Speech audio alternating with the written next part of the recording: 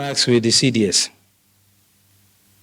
This gentleman, officer and general, does not cease to amaze me,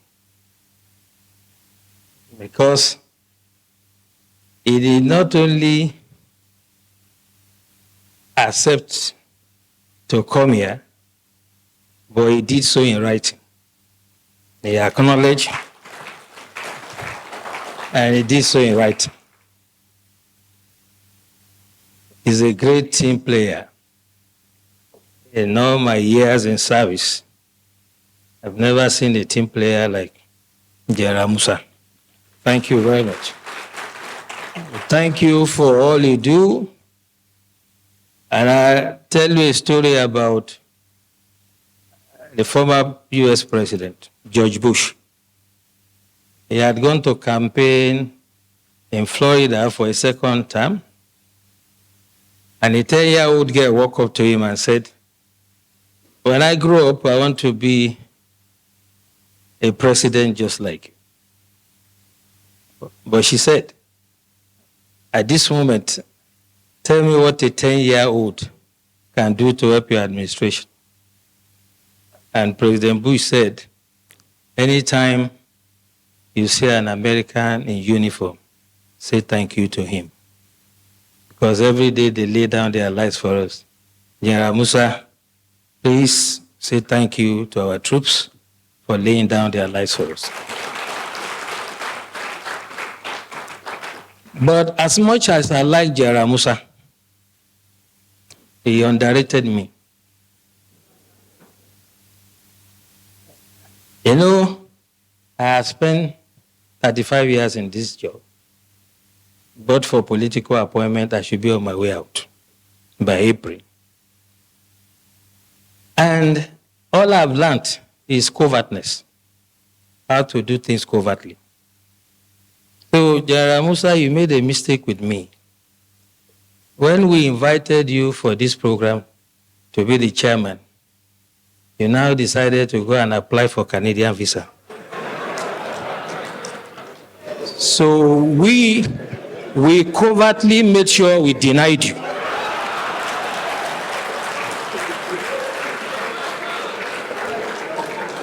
So, my dear General, next time when you hear of DSS, and under a leadership like mine, who has swag in doing the job, don't underrate us. So when you leave here, you can see me, you get your Canadians.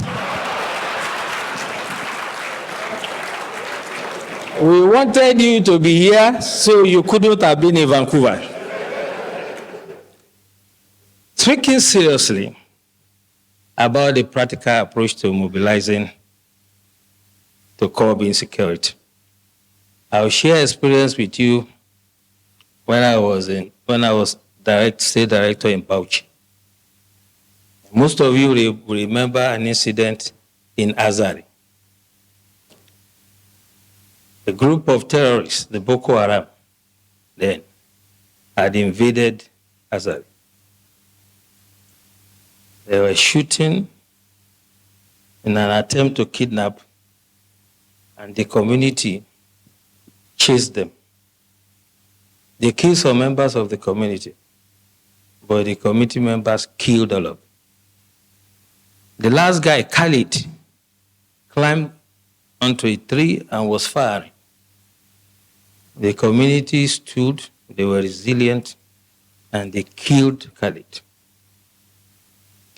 Since that day, there has not been one terrorist attack in Azari. As a matter of fact, the former head of state, General Ibrahim Badamasi Babangida, said, and I quote, "If we want to stop or curb this terrorism, we shall emulate the Azari example." Afe Babalola also happened to be a local government in Bauchi that was always in flames. And the people of Bogoro and some part of Afe Babalola, where the Sayawas are, rose up on one occasion. They knew their terrain better climb onto trees and mountains. When the invaders came,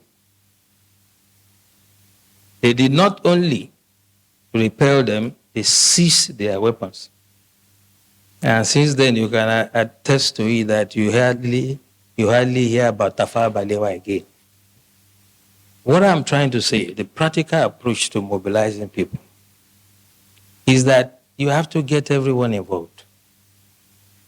You do not expect the Nigerian Army, police, DSS, to protect every Nigerian or every community. It is not going to work. In the US, if you visit someone in the house, you will be shocked that when the guy hears a police siren, he will just pull his drawer, bring out his gun and keep it. So one of my hosts did that, and I asked him, why are you putting gun here? He said, well, if they are chasing someone and he enters my house, I'll shoot him first. And that is the layer we have to start thinking about. How can you create first line of defense? The military, police, and other security agencies are to deal with the bigger ones, the organized ones. But it is impossible for us to deploy it to every community in the country. It is unimaginable that any security agencies that has the resources to do it. So as we live here, we all belong to one community or the other.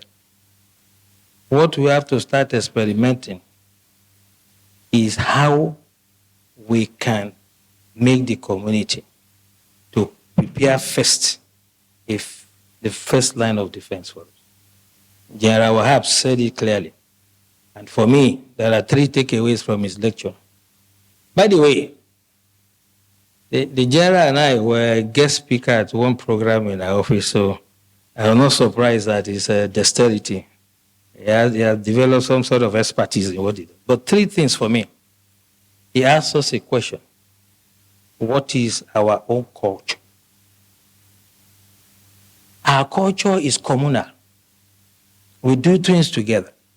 Festival together. Ceremonies together. Wedding ceremony, whatever. So why can't we fight some miscreants, some charlatans among us together?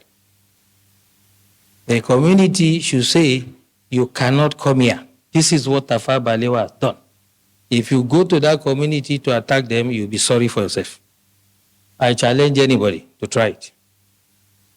And this is the way we have to do. We have to allow some level of armament for the communities, and they can serve as the first line of defense. Second takeaway from what the general said. All society approach is not the first time we are hearing.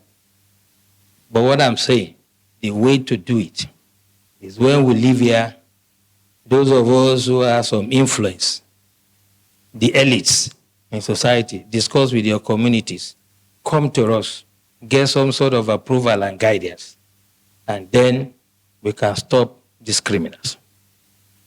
You can imagine you call sector, let's say sector 4 or whatever, sector of the army, to come to this community if there's an attack.